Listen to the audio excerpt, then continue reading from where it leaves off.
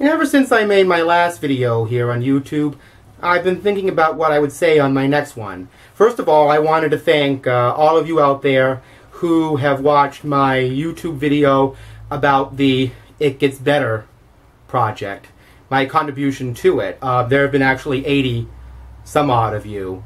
And the fact that it didn't actually get posted to the It Gets Better site said something that I've been thinking about for quite some time. I've been told over the years that my thinking and the way I talk is a little bit strange. And that being said, I wanted to talk to you today about a children's movie, one that I enjoyed growing up and still do. It's called the Care Bears movie. For those of you who didn't grow up during the 1980s, the Care Bears were a set of toy dolls and figures that spawned a successful TV series and motion picture. The Care Bear movie itself is the story of two children named Kim and Jason, who, after they were abandoned by their families, were whisked away to the Care Bears' magical home in the clouds called Care-a-Lot. They spend the rest of the movie helping a young boy named Nicholas, who narrates the movie, as it were, by helping him to diminish from his life an evil spirit in the form of a magic book that is convincing him to find ways to make friends simply by intimidating people. One night, while trying to cheer myself up, I began browsing YouTube for videos about the Care Bears in general. And in the ones I saw, there were several resounding, yet interconnected themes.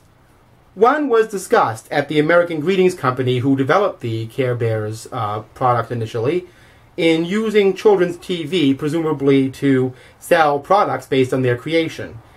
Also, one comment after another about how, quote-unquote, disgustingly colorful the Care Bears were. Many YouTubers seem to even be wincing at the mere mention of them. And, well, I wasn't presumably interested in any of this.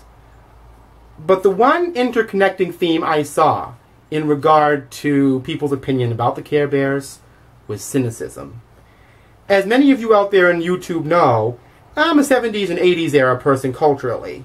Bad is bad, good is good, treat your friends like your friends and your enemies like your enemies, and all of that. Putting all this together in my mind, I realized the Care Bear movie had a tremendous influence on my life and the way I treat other people.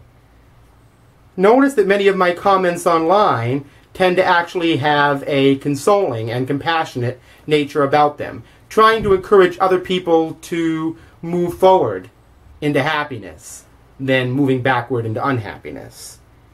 And often many people accuse me of giving too much information, even implying that I am attempting to force merriment in some way onto them. That's actually something that I get from the Care Bears growing up. And then I thought about what the Care Bears essentially are. Individuals of different colors and emotional attitudes that seek to cure cynicism. It's about that simple.